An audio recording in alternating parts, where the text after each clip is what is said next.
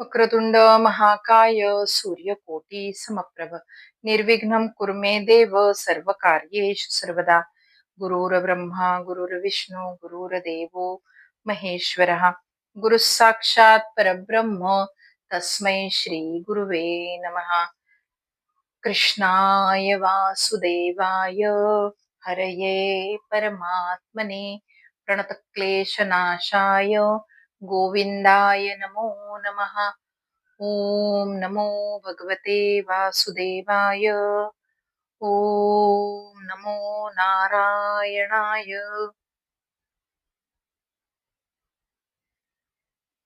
सगळ्यांना माझा मनापासून नमस्कार. आज आपण भगवान विष्णूंच्या 10व्या अवताराकडे वळत आहोत. भगवान कल्की अवतार. हा अवतार अजून यायचा आहे, पण तरीही श्रीमद भागवतामध्ये जेवढे माहिती सांगितलेली आहे आणि बाकी काही पुराणांमधून मला जी काही थोडीफार माहिती मिळालेली आहे, कारण या अवतारामध्ये कोण कोण असणार आहे, त्यामध्ये पात्र कोण असणार आहेत, कुणाचे भाग्य उदयाला येणार आहे, की या अवतारामध्ये त्यांचा सहभाग असणार आहे, हे आपल्याला अजून अज्ञात आहे. पण जेवढा काही भाग सांगितलेला आहे तेवढ्या भागावर आधारित मी हा भाग बनवलेला आहे आणि आपल्या समोर हा भाग सादर करत आहे. आज आपण भगवान विष्णूंच्या दशावतारातल्या शेवटच्या अत्यंत गूढ अशा भगवान कल्की अवताराविषयी जाणून घेणार आहोत. मत्स्य अवतारापासून भगवान बुद्ध अवतारापर्यंत आपण भगवंतांनी पृथ्वीवर धारण केलेल्या प्रत्येक अवताराची अत्यंत सविस्तर, श्रीराम अवतार आणि श्रीकृष्ण अवताराची थोडी आगळी वेगळी कथा आपण ऐकलेली आहे.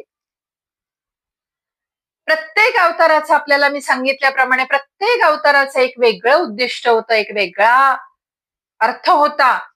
कधी वेदांचं रक्षण करण्यासाठी, कधी पृथ्वीचे, कधी भक्तांचे रक्षण करण्यासाठी भगवंताने अवतार घेतलेला होता. हे आपल्याला आतापर्यंतच्या अवतारामध्ये समजून आलेलं आहे. परंतु आजचा हा अवतार खूप आगळा वेगळा अवतार आहे, कारण हा अवतार अजून प्रगटच व्हायचा आहे. अजून हा प्रगट झालेलाच नाहीये हा अवतार. त्यामुळे श्रीराम किंवा श्रीकृष्ण अवताराप्रमाणे किंवा बाकीच्या सगळ्या अवताराप्रमाणे याबद्दल पूर्णपणे माहिती किंवा चरित्र या अवताराचं कुठेही उपलब्ध नाही. पूर्णपणे भगवान कल्कींचे वर्णन मुख्यतः श्रीमद भागवत महापुराणामध्ये, विष्णू पुराण, अग्निपुराण, भविष्य पुराण आणि विशेषतः कल्की पुराणामध्ये भविष्यवाणीच्या स्वरूपामध्ये आढळते. सविस्तर नाही, त्यांनी फक्त ती भविष्यवाणी केलेली आहे की हे भविष्यामध्ये असे घडणार आहे. त्यामुळे आपल्याला या भागाबद्दल खूप सविस्तर माहिती मिळत नाहीये.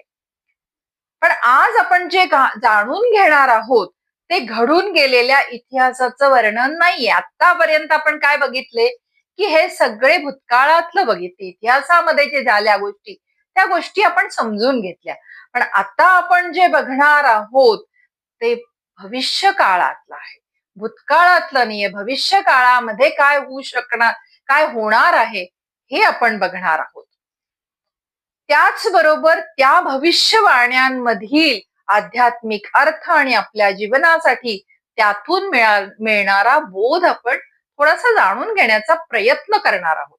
कारण भविष्य काळ नेमका कसा उलगडेल हे फक्त त्याला माहितीये. आपण फक्त अंदाज बांधतोय किंवा पुराणामध्ये जे काही लिहिलेलं आहे ते फक्त आपण आपल्या समोर आणण्याचा प्रयत्न करतोय.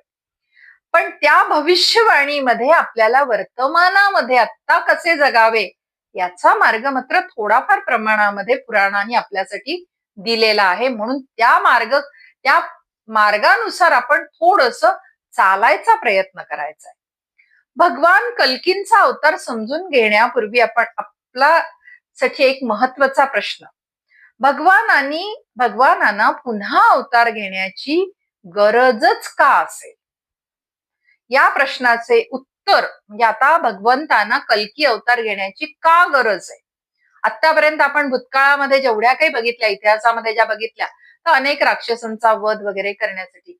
मग आता आपल्याला परत प्रश्न पडेल की आता काय आहे, आता कुठला राक्षस आहे, आता कुठल्या राक्षसाचं येणार आहे का काही, कुठला राक्षस निर्माण होणार आहे का, काय होणार आहे, कशासाठी भगवंतांना कल्की अवतार घेण्याची गरज भासतीये.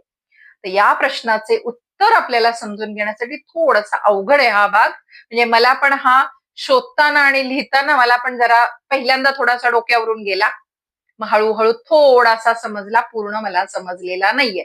त्यामुळे मी अशा अगदी खूप आत्मविश्वासाने आपल्याला म्हणत नाही की मला आता हा समजलेला आहे म्हणून, पण जितपत समजला आहे त्या पद्धतीने मी लिहिण्याचा प्रयत्न केला. या प्रश्नाचे उत्तर समजून घेण्यासाठी प्रथम युगचक्र समजून घ्यावा लागेल. आपल्या सनातन धर्मानुसार काळ हा सरळ पुढे जाणारा नाही, हा चक्राकार फिरत जाणारा काळ आहे. या विश्वामध्ये नेहमी लक्षात ठेवा 4 युग आहेत. सत्ययुग, त्रेतायुग, द्वापार युग आणि कलियुग. म्हणजे परत कलियुगाचा अंत झाला की परत आपल्याला आपण सत्ययुगाकडे जाणार आहोत. म्हणजे कलियुगाच्या अंतानंतर परत सत्ययुग सुरू होईल. सत्ययुगाच्या अंतानंतर त्रेता, द्वापार, कल्की, कलियुग, असे हे चक्र फिरत राहणार आहे. चक्राकार आहे, सरळ जाणारा काळ नाही, हा गोल फिरणारा काळ आहे. सरळ जाणारा असेल तर दुसरे युग असतात, पण ज्या वेळेला गोलाकार मध्ये असतं त्यावेळेला परत फिरतो तो काटा. 12 वरून काटा फिरल्यानंतर तो परत 12 वर येतो. त्याच प्रकाराने एक युगाचा अंत झाला की परत पहिलं जे युग असतं तिकडे आपण वळले जातो. थोडीशी भाषा अवघड आहे, हे आपल्याला लक्षात आलं असेल, पण समजून घेण्याचा प्रयत्न करा. पुराणामध्ये आता मी प्रत्येक युगाचा कालावधी किती होता हे आपल्याला सांगण्याचा प्रयत्न करत आहे. मला पण थोडंसं अवघड झालं. कालच माझ्या नातवानी मला विचारलेलं होतं की कल्की अवतार केव्हा येणार आहे, तर मला त्याला अजून किती, म्हणजे तो त्याच्या लहान बुद्धीनुसार तो मला प्रश्न विचारत होता की आजी अजून किती वर्षांनी कल्की अवतार येणार आहे भगवंतांचा. कारण मी त्याला जो अध्याय माझा जो भाग होतो त्यानंतर मी त्याला ते समजावून सांगते की मी आज काय सांगितलं. त्यावेळेला मी त्याला सांगितलेलं होतं की आता मी उद्या कल्की अवतार घेणार आहे. मग तो म्हणाला की किती वर्षांनी येणार. तर मला पण त्याला समजावून सांगताना अवघड गेलं की किती हजार वर्ष अजून पाहिजेत. आपल्यालाही समजणं आता खरंच खूप गरजेचं आहे. मला त्याला खरंच त्याच्या लहान बुद्धीनुसार त्याला समजावून सांगणं लक्षात नाही आलं. मग मला त्याला असं सांगावं लागलं की तुझा नातू ज्या वेळेला असेल किंवा त्याचं अजून बाळ असेल त्यावेळेला कल्की अवतार येईल. म्हणजे त्याला ते थोडंसं त्याच्या डोक्यावरून गेलं. तो असा माझ्याकडे अगदी वेगळ्या नजरेने बघायला लागला, पण मला त्याला नाही समजावून सांगतायत, कारण मुळात मलाच ते खूप अवघड जात होतं समजून घेणं. तसंच कदाचित आपल्याला पण हे थोडंसं अवघड जाईल, पण थोडासा आपण प्रयत्न करून घेऊयात. किती प्रत्येक युगांचा कालावधी किती वर्षांचा असतो. पुराणामध्ये सत्ययुगाचा कालावधी आहे 17,28,000 वर्ष. 17,28,000 वर्ष. म्हणजे विचार करा फक्त. त्रेतायुगाचा कालावधी आहे 12,96,000 वर्षे. द्वापार युगाचा कालावधी आहे 8,64,000 वर्षे आणि कलियुगाचा अवधी आहे 4,32,000 वर्ष असा सांगितलेला आहे. आणि ही चारीही युगे मिळून महायुग बनते. प्रत्येक युगामध्ये धर्माची अवस्था वेगळी असते. सत्ययुगामध्ये धर्म 4 पायावर स्थिर होता. त्रेतायुगामध्ये त्याचा 1 पाय कमी झालेला होता. द्वापार युगामध्ये धर्म 2च पायावर उरलेला होता आणि कलियुगामध्ये तो फक्त 1 पायावर उभा आहे. याचा अर्थ प्रत्येक युगाबरोबर माणसाच्या मनातील सत्य, दया, तप आणि पवित्रता हळूहळू कमी होत आहे. तर लोभ, स्वार्थ आणि अहंकार आणि अधर्म याचं सामर्थ्य वाढत आहे. म्हणूनच ही केवळ वर्षाची गणना नाही, तर मानवी मनाच्या प्रवृत्तीचे अत्यंत सुंदर चित्रण आहे हे. पुराणानुसार भगवान श्रीकृष्णाने पृथ्वीवरील आपले अवतार कार्य पूर्ण केले आणि स्वधामामध्ये प्रस्थान केले. श्रीमद भागवत महापुराण सांगते की भगवंतांच्या स्वधाम गमनानंतरच पृथ्वीवर कलियुगाचा प्रभाव सुरू झाला. जोपर्यंत भगवान श्रीकृष्ण पृथ्वीवर होते तोपर्यंत कली येऊ शकत नव्हता. काही कथा परंपरांमध्ये एक खूप सुंदर कथा किंवा एक सुंदर संवाद सांगितला जातो. कथा परंपरांमध्ये आहे, पुराणांमध्ये नाही. पण मला काही कथा परंपरा, कीर्तनकार किंवा कथाकार काही गोष्टी खूप सुंदर सांगतात, अर्थपूर्ण सांगतात. म्हणून मी ओघाओघानी बऱ्याच अध्यायांमध्ये किंवा भागांमध्ये त्यांचा उल्लेख केलेला आहे. तसाच हा सुंदर संवाद आहे. कलियुगाने भगवान श्रीकृष्णांना विचारले होते की प्रभो, तुम्ही पृथ्वीवर असताना मी येथे कसा राहू? तुमच्या तेजासमोर माझा प्रभाव टिकणार नाही. हे प्रत्यक्ष कलीला देखील माहित होते की भगवान श्रीकृष्णाच्या तेजासमोर तो पूर्णपणे क्षीण होणार आहे. तेव्हा भगवान श्रीकृष्ण त्याला म्हणाले, माझे अवतार कार्य ज्या दिवशी पूर्ण होईल त्या दिवशी तुझा काळ सुरू होईल, त्या दिवशी तुझं युग सुरू होणार आहे. हा संवाद श्रीमद भागवतात शब्दशः नाहीये, तरी पण त्यामधला भाव अत्यंत गहन आणि विचार करण्यासारखा आहे. जोपर्यंत आपल्या जीवनामध्ये भगवंत आहे तोपर्यंत कलियुगाचा, कलीचा प्रभाव तुमच्यावर कमी आहे. म्हणून मी बऱ्याच वेळेला आपल्याला उदाहरणामध्ये सांगितलेलं आहे की कली आपल्या डोक्यावर बसलेला आहे, आपल्या आजूबाजूला फिरतोय तो. तुम्ही जर भगवंतांचं नामस्मरण करत राहात, भगवंतांच्या चरणी लीन होत राहात, तर तो कली तुमच्या जीवनामध्ये प्रवेश करू शकत नाही. आणि हेच कलीला आपल्या जीवनामध्ये येऊ द्यायचं नसेल तर भगवंतांचं नामस्मरण याशिवाय दुसरा कुठलाही उपाय कलियुगामध्ये आपल्या जवळ उरलेला नाही. नाहीतर एकदा जर कलीनी आपल्या डोक्यामध्ये स्थान मिळवलं किंवा मनामध्ये मिळवलं किंवा जीवनामध्ये मिळवलं तर संसाराचा आणि जीवनाचा बट्ट्याबोळ हा ठरलेला आहे. ज्या क्षणी आपल्या मनातून भगवंत दूर जायला लागतील त्या क्षणी आपल्या मनामध्ये अधर्म असतो, अधर्मांनी प्रवेश केलेला असतो. म्हणून बाहेरचे कलियुग सुरू होण्याच्या पूर्वी माणसाच्या मनातले कलियुग सुरू झालेले होते. ज्या हृदयामध्ये भगवन नाम आहे, श्रीमद भागवताचे श्रवण आहे, कीर्तन आहे, भगवंतावरची अखंड श्रद्धा आहे, त्या हृदयावर कलियुग पूर्णपणे राज्य करू शकत नाही. थोडंफार असतं. मी तर आत्ताच म्हणले की आपल्याला अवघड आहे प्रत्येक गोष्ट, पण आपण भगवन नामाचा आधार जर घेत राहिलो तर आपल्या मनामध्ये, आपल्या जीवनामध्ये परिवर्तन हे होते, हे मात्र निश्चित आहे. भगवान श्रीकृष्ण स्वधामाला गेल्यानंतर धर्मरक्षक राजा परीक्षित आपल्या राज्यामध्ये भ्रमण करत होते. आता ही श्रीमद भागवतामधली कथा थोडीशी मला या कल्की अवताराच्या अनुषंगाने आपल्याला सांगावी लागते. प्रजेची अवस्था जाणून घेणे, धर्माचे रक्षण करणे हे त्यांच्या जीवनाचे ध्येय होते, हे आपल्याला माहिती आहे. त्यांनी एक दिवस वेदनादायक त्यांना दृश्य बघितले. धर्माचे प्रतीक असलेला एक बैल वृषभ एका पायावर कसा बसा उभा होता. पृथ्वी माता गायीच्या रूपामध्ये अश्रू ढाळत होती. त्यांच्या समोर एक दुष्ट माणूस त्यांना निर्दयपणे मारत होता.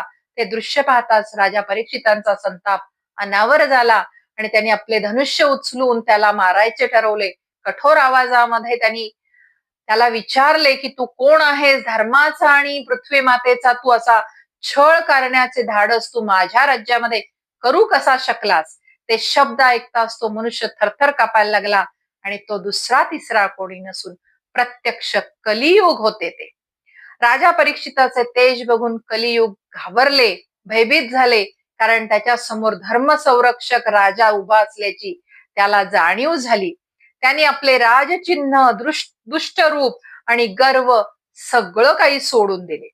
थरथरत ते राजा परीक्षिताच्या चरणावर पडले आणि अत्यंत नम्रतेने म्हणाले, राजन, मला ठार मारू नका. या सृष्टीच्या कालचक्रात माझाही एक निश्चित काळ आहे. सत्ययुग, त्रेतायुग, द्वापारयुग जसे परमेश्वराच्या इच्छेने आले तसेच माझेही आगमन त्याच्याच इच्छेने आहे. तुम्ही धर्माचे रक्षण करणारे राजा आहात. शरण आलेल्याला अभय देणे हा तुमचा धर्म आहे. म्हणून मला पृथ्वीवर राहण्यासाठी एखादे तरी स्थान द्या. मी तुमच्या आज्ञेचे पालन करेन. राजा परीक्षित काही क्षण विचारात पडले. आपल्याला ही सगळी कथा श्रीमद भागवतामध्ये माहित आहे. त्यांच्या हातात धनुष्य होते, सामर्थ्य होते. इच्छिले असते तर त्यांनी त्या क्षणी कलियुगाचा अंत केला असता. पण ते जाणून होते की कलियुगाने सांगितले होते की मी भगवंतांच्या इच्छेने आलेले आहे आणि भगवंतांनी निर्माण केलेल्या कालचक्राला कोणीही थांबवू शकत नाही. प्रत्येक युगाचे आपले स्वतंत्र कार्य असते. प्रत्येक युगातून मानवाला काही ना काहीतरी शिकायचे असते. म्हणून त्यांनी शरण आलेल्या कलियुगाला अभय दिले, पण त्याच वेळी त्याला संपूर्ण पृथ्वीवर मुक्तपणे वावरण्याची परवानगी दिली नाही. त्यांनी ठाम शब्दात सांगितले, तुला धर्मप्रिय लोकांच्या जीवनामध्ये स्थान मिळणार नाही. तुला फक्त अशाच ठिकाणी राहण्याची परवानगी देतो जिथे अधर्माला आश्रय आहे. सर्वप्रथम त्यांनी कलियुगाला द्यूत म्हणजे जुगार आणि फसवणूक याच्यामध्ये राहण्याची परवानगी दिली. हे आपल्याला सगळी कथा माहितीये, पण थोडक्यात मी आपल्याला सांगतेय. कारण जुगारामध्ये सत्य नसतं, प्रामाणिकपणा नसतो, परिश्रम तर अजिबातच नसतात. तेथे लोभ, कपट आणि दुसऱ्याचे नुकसान करून स्वतःचा फायदा मिळवून घेण्याची वृत्ती असते. त्यानंतर त्यांनी मद्य आणि सर्व प्रकारच्या व्यसनांमध्ये राहण्याची परवानगी दिली. कारण व्यसन माणसाचा विवेक हरवून टाकते. योग्य आणि अयोग्य यामधला फरक त्यांना समजेनासा होतो आणि माणूस स्वतःच्या पतनाचा मार्ग स्वीकारतो. तिसरे स्थान त्यांनी अनैतिक स्त्री पुरुष संबंधांना दिले. कारण ज्या ठिकाणी चारित्र्याचा ऱ्हास होतो तिथे विश्वास तुटतो आणि पवित्र नात्याचा अपमान होतो. तेथे धर्म टिकू शकत नाही. चौथे स्थान त्यांनी निरपराध जीवांवरील हिंसेला दिले. कारण दया हा धर्माचा एक महत्वाचा आधार आहे. जिथे करुणा संपते तिथे अधर्माची सुरुवात होते. पुन्हा कलियुगाने त्यांना नम्रतेने हात जोडले आणि सांगितले, राजन, या सगळ्या ठिकाणी सगळे लोक येतील असे नाही. कलियुगाने किती धोरणीपणाने राजांकडून काही गोष्टी मागून घेतल्या. मग माझा प्रभाव फार मर्यादित ठिकाणी राहणार आहे. कृपा करून मला अजून एक ठिकाण द्या. राजा परीक्षितांनी काही क्षण गंभीरतेने विचार केला आणि शेवटी त्यांनी त्यांना सुवर्णाला म्हणजे सोन्यामध्ये राहण्याची परवानगी दिली. पण येथे सुवर्ण हा शब्दशः घ्यायचा नाही. आपल्या संत पुरुषांनी किंवा आचार्यांनी याचा सुंदर भावार्थ सांगितला आहे. सुवर्ण म्हणजे धनाचा अतिरेकी मोह, अन्यायाने मिळवलेली संपत्ती, भ्रष्टाचाराने मिळवलेली संपत्ती, स्वार्थ, अहंकार आणि पैशासाठी कोणत्याही थराला जाण्याची वृत्ती. कारण सोनं म्हणलं की आपण शब्दशः सुवर्ण म्हणलं की सोन्याच्याच दागिन्यांमध्ये असं धरायचं नाही. तर हा त्याचा खरा गूढ अर्थ आहे. कारण लोभ माणसाच्या मनात शिरला की त्याच्या मागोमाग खोटेपणा येतो, खोटेपणाच्या मागोमाग फसवणूक येते, फसवणुकीतून अन्याय जन्माला येतो आणि अन्यायातून धर्माचा ऱ्हास सुरू होतो. म्हणून परीक्षित राजांनी दिलेली ही 5 स्थाने कलियुगाची 5 प्रवेशद्वारे आहेत. या प्रसंगाचा अर्थ त्या काळापुरता फक्त मर्यादित नाही. आज जर आपण आज प्रत्येकाने स्वतःच्या मनात डोकावून बघितलं तर ही 5ही द्वारे आपल्याला दिसतील आपल्या मनातच. जिथे लोभ आहे तिथे कलियुग आहे, जिथे खोटेपणा आहे तिथे कलियुग आहे, जिथे व्यसन आहे, जिथे हिंसा आहे, जिथे नात्यांमध्ये स्वार्थ आहे तिथे कलियुग आहे. म्हणून कलियुगाला दोष देण्यापूर्वी आपण काय होतंय की सध्या आपण कलियुगाला, हे कलियुगामुळे असं झालं, हे कलियुगामुळे असं, म्हणजे प्रत्येक वेळेला आपण या युगाला, कलियुगाला दोष देतो. त्याला दोष देण्याच्या ऐवजी प्रत्येकाने स्वतःला जर हा प्रश्न विचारला तर, की मी माझ्या मनातलं कोणतं दार उघडं ठेवलंय. कारण भगवंतानी कधीही कलियुगाला हृदयामध्ये स्थान दिलेलं नाही. ते स्थान आपणच आपल्या कृतीनी कलीला आपल्या हृदयामध्ये, आपल्या मनामध्ये दिलेलं आहे. याच्यावर थोडासा शांतपणे विचार करून बघा. तुमच्या मनामध्ये हे जे सगळे वाईट विचार, हा द्वेष, राग, लोभ, मत्सर, हे जे सगळं आहे, हे सगळं तुम्ही त्याला दिलेलं आहे. खरं तर हृदयामध्ये भगवंताने एकच सांगितलेलं आहे, मला स्थापन करा, माझी जागा हृदयामध्ये ठेवा. जर आपण हृदयामध्ये, मनामध्ये, हृदयामध्ये, अंतःकरणामध्ये भगवंतांना ठेवलं, तर ही बाकी कोणीही, म्हणजे ही कली, बाकी 5 ही कली जी रूप आहे ती आपल्या हृदयामध्ये येऊ शकत नाहीत. या प्रसंगाचा आणखीन एक अत्यंत सूक्ष्म अर्थ दडलेला आहे. परीक्षित महाराजांनी कलियुगाला सुवर्णात स्थान दिले आणि योगायोगाने असा योगायोग झाला की त्यांच्या मस्तकावरचा मुकुट सोन्याचा होता. त्या काळी तर सोन्याचेच मुकुट घालायचे सगळे राजे. आचार्य असे या प्रसंगाचा भावार्थ सांगतात की कलियुगाने त्याच डोक्यावर जो मुकुट होता सोन्याचा, त्यातून प्रवेश केला राजा परीक्षिताच्या बुद्धीवर, आणि त्यातूनच त्यांना तो त्यांचा जो चुकीचा निर्णय झाला की ते शिकारीसाठी गेले, आश्रमामध्ये गेले, शमीक ऋषींच्या आश्रमामध्ये गेले, कारण डोक्यावर सोन्याचा मुकुट होता आणि तिथूनच त्यांनी 5 स्थानं दिली होती, आणि बरोबर त्यांनी सोन्यातून कलीनी प्रवेश केला आणि त्यांच्या बुद्धीवर, आपण साध्या भाषेत म्हणायचं तर पडदा पडला. बुद्धी, अविवेकी विचार त्यांच्या डोक्यामध्ये कलीमुळे शिरला आणि शमीक ऋषींच्या गळ्यामध्ये त्यांनी तो साप, मेलेला मृत साप टाकला आणि त्यानंतर त्यांना तो शाप मिळाला. हे सगळं म्हणजे भावार्थ, एक गूढ, छान, सुंदर भावार्थ सांगतात की हे असं झालेलं असू शकतं.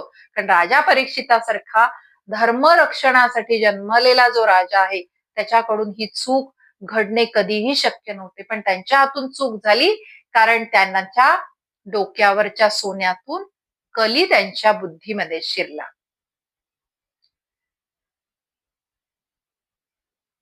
ही कथा आता आपल्याला सगळी माहिती आहे, त्यामुळे ही मी कथा पूर्ण आपल्याला सांगत नाहीये.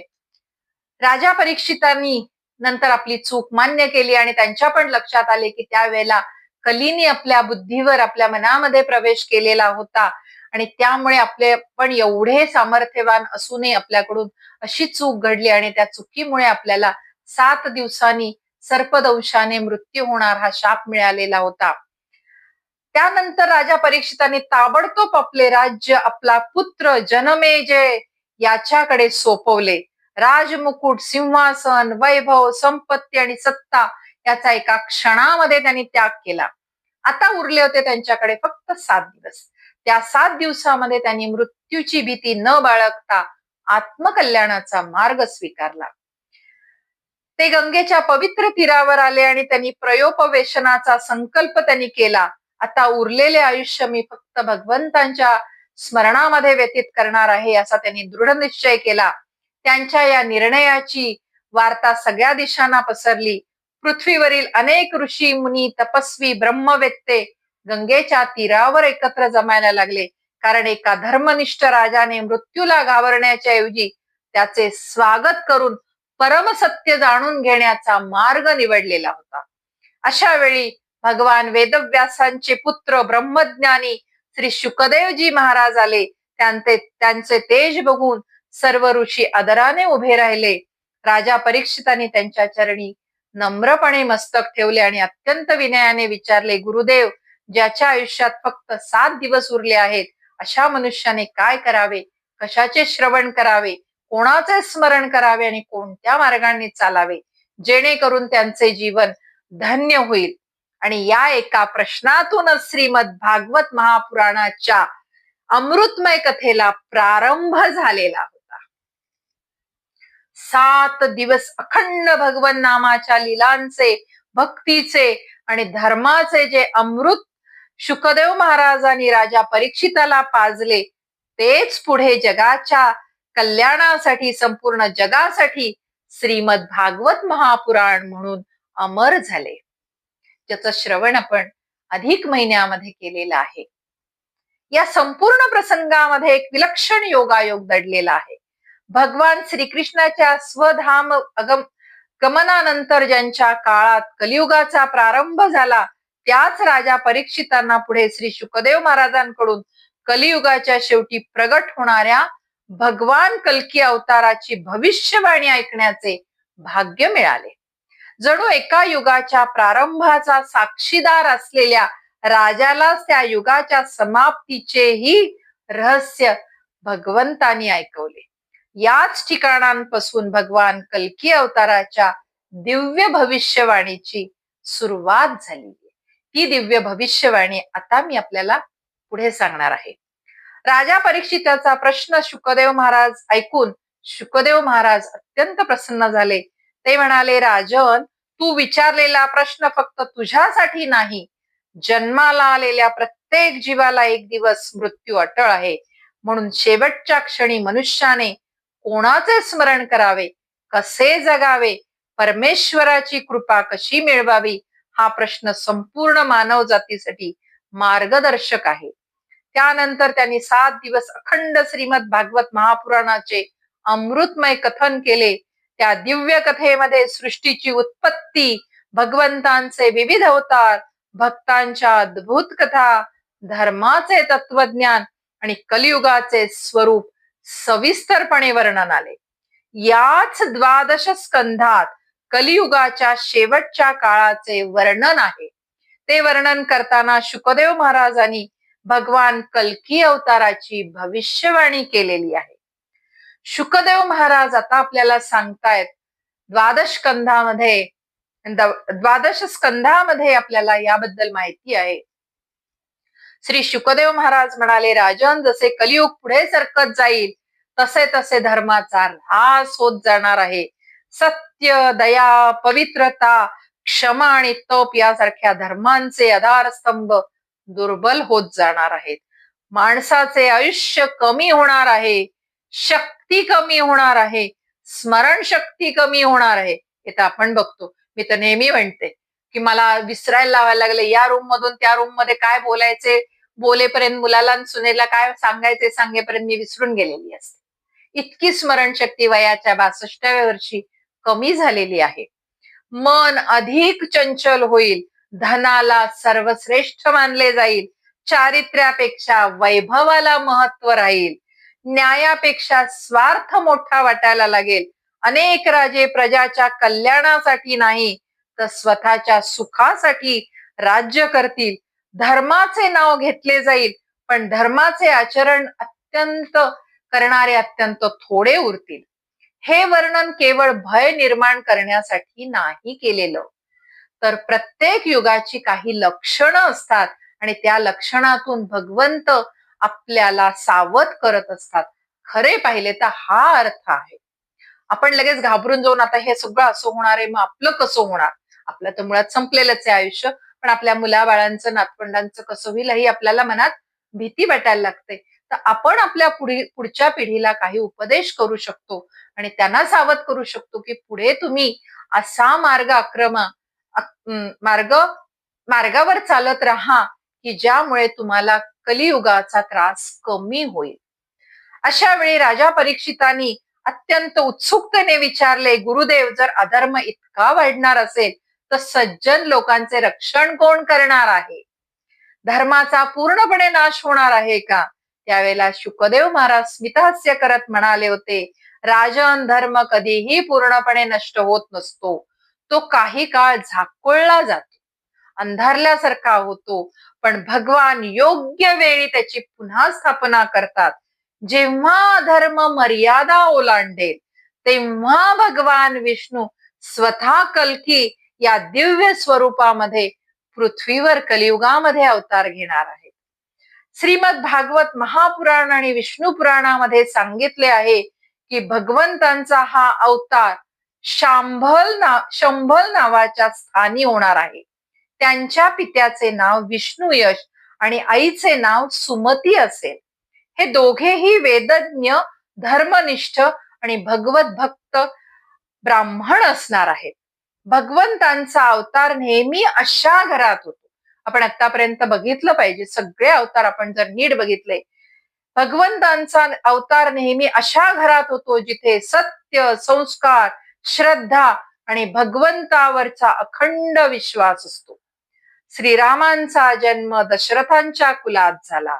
श्रीकृष्णाचा जन्म वसुदेव आणि देवकीच्या पोटी झाला आणि त्याचप्रमाणे भगवान कल्कीचाही अवतार एका पवित्र धर्मशील कुटुंबामध्ये होणार आहे असे पुराणांनी भविष्य वर्तवलेले आहे.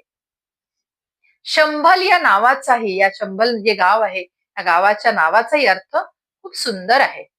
शम म्हणजे शांती, मंगल आणि कल्याण. त्यामुळे काही विद्वान शंभल हे वास्तविक स्थान मानतात, तर काही त्याचा भावार्थ घेतात.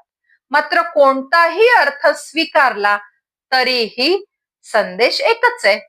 भगवंतांचा अवतार त्या ठिकाणी होतो, ते स्थान अशा ठिकाणी होतो जे स्थान धर्माने पवित्र झालेले असते. म्हणूनच आपल्या प्रत्येक घरात जर सत्य, सदाचार, भगवन नाम आणि संस्कार वास करत असेल तर ते घर एका अर्थाने भगवंतांच्या कृपेला प्राप्त होईल.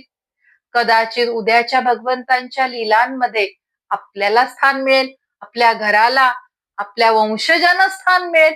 आपल्याला नाही मिळणार, कारण अजून बरीच वर्ष जायची आहेत, कलियुग संपायला अनेक वर्ष आहेत. पण पुढचा आपला वंश जो आहे, आपले वारस आहेत, त्यांना मिळू शकेल. यानंतर शुकदेव महाराज भगवान कल्कीच्या पुढील जीवनाविषयी सांगतात. अनेकांना वाटते की भगवान अवतार घेतात आणि जन्मताच सगळी कामं पूर्ण करतात. परंतु भगवान स्वतः आपल्या आचरणातून जगाला आदर्श घालून देतात. श्रीरामानी गुरु वशिष्ठ आणि विश्वामित्र यांच्याकडून शिक्षण घेतले. श्रीकृष्णाने सांदीपनी ऋषींच्या आश्रमामध्ये विद्येचा अभ्यास केला. त्याचप्रमाणे कल्की पुराणामध्ये असे वर्णन येते की भगवान कल्कीना शिक्षण देण्याचे महान कार्य भगवान परशुराम करणार आहे. मी आपल्याला तेच सांगितलं की भूतकाळ, वर्तमान काळ आणि भविष्य काळ तिन्ही काळामध्ये भगवान परशुराम आहेत. हा प्रसंग अद्भुत आहे. भगवान विष्णूंचा 6वा अवतार भविष्यामध्ये भगवान विष्णूंच्या 10व्या अवताराचा गुरु बनणार आहे. भगवान कल्कीना वेदशास्त्रे, धनुर्विद्या, दिव्य अस्त्रविद्या आणि धर्म संस्थापनेचे तत्वज्ञान भगवान परशुराम शिकवणार आहेत. यातूनच एक खूप मोठा संदेश आपल्याला मिळतो. गुरुतत्वाचे स्थान सदैव सर्वोच्च असते. कल्की पुराणामध्ये पुढे असे वर्णन येते की भगवान कल्की योग्य वयात पोचल्यावर कठोर तपश्चर्या करणार आहेत. भगवान शंकरांची ते तपश्चर्या करणार आहेत आणि त्यांच्या तपश्चर्याने भगवान शंकर प्रसन्न होतील आणि अनेक दिव्य वरदाने, अस्त्रे, शस्त्रे त्यांना देतील. त्यांना देवदत्त नावाचा दिव्य शुभ्र अश्व प्राप्त होणार आहे. त्याचप्रमाणे तेजस्वी दिव्य तलवार, दिव्य अस्त्रे आणि अधर्माचा नाश करण्यासाठी आवश्यक सामर्थ्य पण त्यांना मिळणार आहे. पुराणामध्ये या प्रसंगाचे वर्णन अत्यंत तेजस्वी शब्दांमध्ये केलेले आहे. शुभ्र अश्वावर आता वर्णन येतंय भगवान कल्कींचं. आपण बघायला तर नसणार आहे, पण आता आपण थोड्या वेळाकरता या वर्णनाच्या रूपातून आपल्या डोळ्यासमोर भगवान कल्कींचं रूप आणण्याचा प्रयत्न करूयात. मी पण आणते आणि आपण पण आणण्याचा प्रयत्न करूयात. शुभ्र अश्व, शुभ्र अश्वावर आरूढ झालेले, हातामध्ये तेजस्वी तलवार धारण केलेले भगवान कल्की हे धर्म संस्थापनेसाठी सज्ज झालेल्या दिव्य शक्तीचे प्रतीक म्हणून वर्णले जाणार आहेत. अतिशय तेजस्वी हे रूप असणारे भगवान कल्कींचं. या वर्णनांकडे केवळ युद्धाच्या दृष्टीने आपल्याला पाहायचे नाहीये. आपल्या शास्त्रामध्ये भगवंतांच्या प्रत्येक आयुधामध्ये मागे एक आध्यात्मिक अर्थ दडलेला आहे. मी आपल्याला मागेच भगवंतांच्या सगळे जे अस्त्र आहेत किंवा अवतारामध्ये त्यांच्या हातामध्ये जी अस्त्र आहेत किंवा शंख, चक्र, गदा, पद्म आहे त्याचा अर्थ, त्यांच्या शरीरावरच्या सगळ्या अलंकारांचा अर्थ मी आपल्याला समजावून सांगण्याचा प्रयत्न केलेला होता. शुभ्र, आता इथे पण कल्की अवतारामध्ये जे त्यांच्या अंगावर असणार आहे, त्यांच्या हातात अस्त्र असणार आहे, त्याचा अर्थ समजावून सांगण्याचा प्रयत्न आपण करतोय. शुभ्र अश्व हा पवित्रता, शुद्धता आणि धर्माच्या दिशेने धावणाऱ्या चेतनेचे प्रतीक आहे. तर हातातली तलवार ही विवेक, न्याय आणि सत्याचे रक्षण करणाऱ्या शक्तीचे प्रतीक मानली जाते. त्यामुळे भगवान कल्कींचे स्वरूप हे केवळ दुष्टाचा नाश करणारे नसून धर्माला प्रतिष्ठा देणारे स्वरूप आहे. कल्की पुराणामध्ये भगवान कल्कींच्या पद्मावती नावाच्या राजकन्येशी विवाह होणार आहे असाही उल्लेख येतो. हा प्रसंग मुख्यत्वे कल्की पुराणामध्ये सविस्तर सांगितलेला आहे. श्रीमद भागवत महापुराणात त्याचा विस्तारामध्ये उल्लेख नाही. त्यामुळे विविध पुराणांमधली माहिती सांगताना कोणता प्रसंग कोणत्या ग्रंथात येतो हे मात्र मला थोडस त्या दृष्टीने सांगावं आपल्याला लागतंय. भगवंतांच्या जीवनातली प्रत्येक घटना ही धर्म संस्थापनेसाठी जोडलेली असते. त्यामुळे त्यांचा विवाह ही केवळ वैयक्तिक जीवनाचा प्रसंग नसून धर्म कार्याचा एक भाग म्हणून पुराण परंपरेमध्ये पाहिला जातो. यानंतर पुराणे भगवान कल्कीच्या मुख्य कार्याचे वर्णन करतात. कलियुगाच्या अंतिम काळात अधर्म इतका वाढलेला असेल की सज्जन लोकांना जगणे कठीण होणार आहे. अन्याय करणारे प्रभावशाली होतील हे तर आपण बघतोय. लोभ आणि स्वार्थ यांनाच यशाचे मापदंड मानले जाणार आहे. सत्य बोलणाऱ्याची थट्टा केली जाणार आहे. धर्माचा आधार घेऊन अनेक जण अधर्माचा मार्ग स्वीकारतील. अशा वेळी भगवान कल्की अधर्माचा नाश करून पुन्हाच धर्माची स्थापना करणार आहे. पुराणामध्ये दुष्टाचा संहार असा उल्लेख येतो. परंतु याचा अर्थ कोणत्या विशिष्ट समाजाचा किंवा धर्माचा नाश असा नाही, तर भगवानांचा संघर्ष नेहमी अधार्मिक प्रवृत्तीशी असतो. हिरण्यकश्यपू, रावण, कंस, इतर दैत्य या कथांमध्ये आपण तेच बघितले, अधर्माचा नाश केला. इथे मात्र एक विशेष गोष्ट लक्षात घेण्यासारखी आहे. भगवान कल्कींचा अवतार हा भविष्य काळात होणार असल्यामुळे त्याविषयी जे काही सांगितले जाते ते पुराणातल्या भविष्यवाणीवर आधारित आहे. मी कुठलंही मनाचं सांगत नाहीये. कुठली कथा ऐकून वगैरे पुराणामध्ये जे काही सांगितलेले आहे भविष्यवाणी त्यावर आधारित मी आपल्याला सांगत आहे. त्यामुळे या वर्णनामध्ये मी माझी कुठलीही कल्पना मिसळत नाहीये किंवा ठामपणे कुठल्याही न सांगितलेल्या गोष्टी मी आपल्याला सांगत नाहीयेत. पुराणामध्ये विष्णू पुराण, श्रीमद भागवत आणि कल्की पुराणामध्ये जेवढे काही उल्लेख आहेत तेवढेच मी आपल्या समोर मांडत आहे. शास्त्राने जेवढे सांगितले आहे तेवढेच आपण पण नम्रपणे स्वीकारायचं आहे. त्यातून आपल्याला मिळणारा संदेश आपण समजून घ्यायचा आहे. भगवान योग्य वेळी अवतार धारण करतील याबद्दल भक्तांच्या मनामध्ये कुठलीही शंका नसते. परंतु तोपर्यंत प्रत्येकाने आपल्या जीवनामध्ये धर्म, सत्य, प्रामाणिकपणा आणि भगवंतावरची श्रद्धा जपली पाहिजे. कारण प्रत्येक अवतार आपल्याला एकच गोष्ट शिकवतो. भगवान ते कार्य विश्वात करतात त्याची सुरुवात प्रत्येकाने स्वतःच्या अंतःकरणापासून केली पाहिजे. मनातला लोभ, क्रोध, मोह, मत्सर आणि अहंकार हे 5 गोष्टी प्रत्येक अवतारामध्ये सांगितलेल्या आहेत, या कमी करा. तर त्या क्षणापासून आपल्या जीवनामध्ये धर्माची पुनर्स्थापना सुरू होते. भगवान कल्कींच्या अवताराचे वर्णन करताना पुराणे सांगतात अधर्माचा नाश झाल्यानंतर पृथ्वीवर पुन्हा धर्माची स्थापना होणार आहे. कलियुगाचा प्रभाव हळूहळू कमी व्हायला लागेल आणि सत्ययुगाची पहाट उजडेल. कलियुग संपलं की परत सत्ययुग सुरू होणार आहे. येथे एक गोष्ट आपल्याला समजून घ्यायची आहे. सत्ययुगाचा प्रारंभ म्हणजे एका क्षणामध्ये सगळं जग बदलून जाणं नाही. रात्रीचा अंधार कसा हळूहळू बाजूला सरकतो ना, सूर्य उगवण्यापूर्वी पूर्व दिशेला थोडासा प्रकाश दिसायला लागतो, तसाच धर्माचा उदय होणार आहे. सत्य, दया, तप, क्षमा, सेवा, भगवान भक्ती याचा प्रसार वाढायला लागेल. वेदांचा आदर लोकांच्या मनामध्ये वाढायला लागेल, ऋषी मुनींच्या परंपरेला पुन्हा प्रतिष्ठा मिळेल आणि समाजात धर्माच्या आधारावर जीवन जगण्याची हळूहळू सगळ्यांमध्ये प्रेरणा निर्माण होईल. भगवंतांचा प्रत्येक अवतार दुष्टांचा नाश करण्यासाठी नाही, तर धर्माला पुन्हा स्थिर करण्यासाठी आहे. कल्की अवताराचे अंतिम ध्येय हेच आहे. श्रीमद भागवत महापुराणामधली एक महत्वाची गोष्ट आपण इथे लक्षात ठेवली पाहिजे. कलियुगामध्ये दोष असले, अधर्म वाढला, माणसाच्या जीवनात अनेक संकटे आली, तरी या युगाचा एक विलक्षण गुण श्री शुकदेव महाराजांनी सांगितलेला आहे. ते म्हणतात, राजन, कलियुग हा दोषांचा महासागर असला तरी त्यामध्ये एक महान गुण आहे.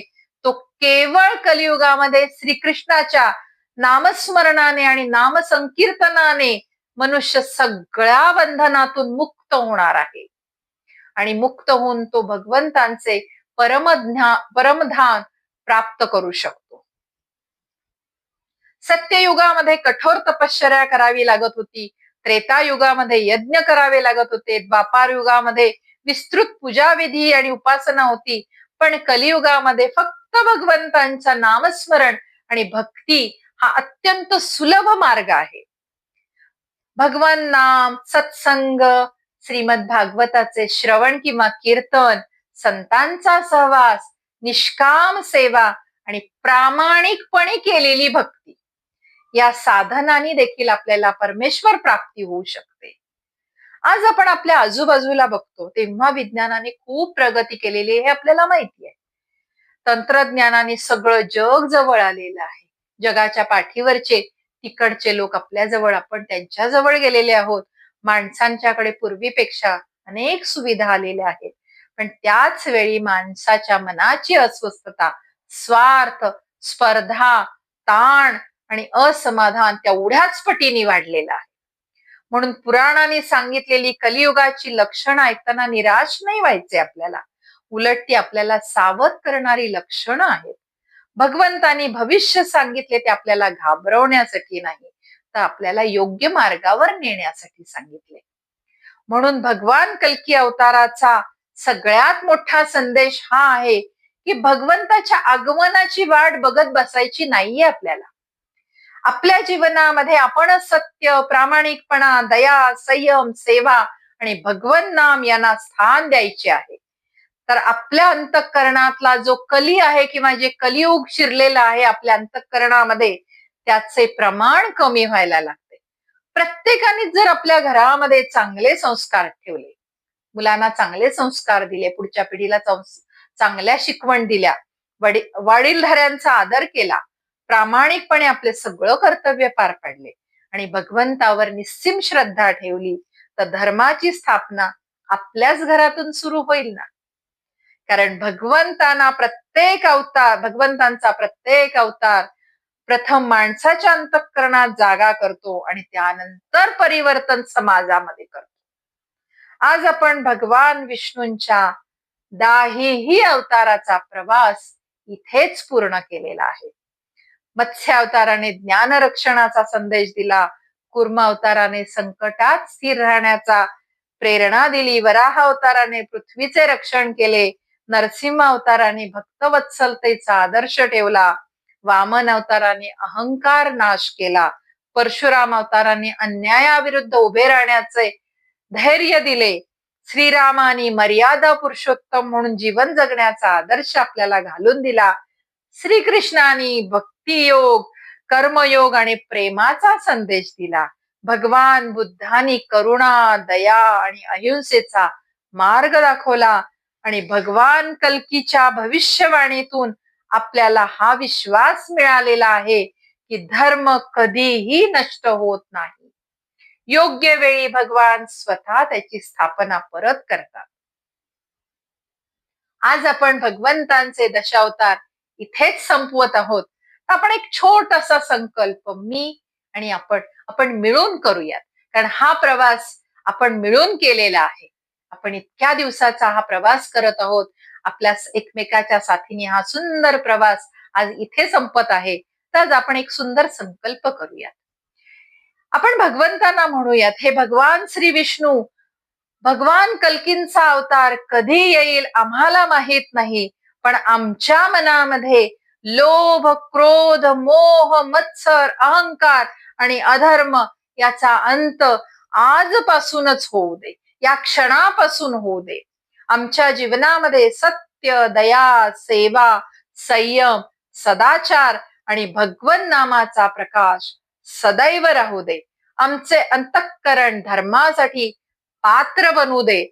तुमच्या चरणी आमची भक्ती, आमची श्रद्धा अखंड राहू दे. आज आपण भगवंतांच्या जवळ हीच प्रार्थना करूयात आणि आज हा आपला एका दिवसांचा सुरेख प्रवास इथेच थांबवूयात.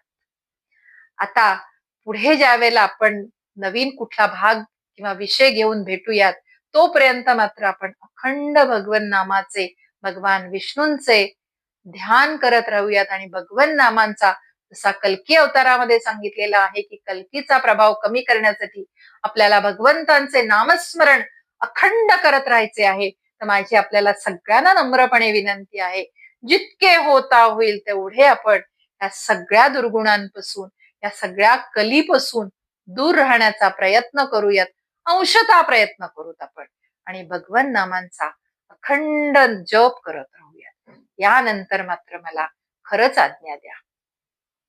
ओम नमो भगवते वासुदेवाय.